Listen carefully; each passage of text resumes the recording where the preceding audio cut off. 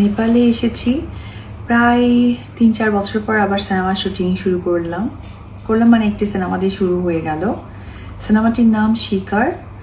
আর আমার যে cinema director Roman এবং আমার কো আর্টিস্ট হিসেবে কাজ করছে, ফার্স্ট টাইম উনি হিরো হয়েছে, পলাশ ভাইয়া কাজ করছেন। খুবই ভালো লাগছে বিকজ এখানকার সিনেমার যে টিমটা নেওয়া হয়েছে বা হায়ার করা হয়েছে তারা অনেক আন্তরিক এবং অনেক বেশি প্রফেশনাল।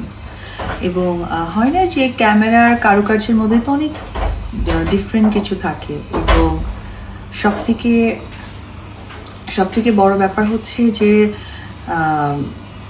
মানে আমাদের যে ডিরেক্টর, আমি কখনো ওর ডিরেকশনে কাজ করিনি, তো ওর কাজগুলো আমার কাছে অনেক ভালো লাগছে। এবং মানে যেহেতু আমার অনেক বছরের কাজের এক্সপিরিয়েন্স, সেখান থেকে ওভারঅল খুবই ভালো লাগছে।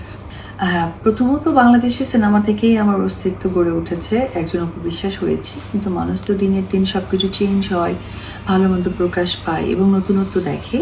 তো সেই জায়গা থেকে চেঞ্জেসটা দেখেছি, যেটা হচ্ছে যে ওরা অনেক অনেক অনেক বেশি প্রফিট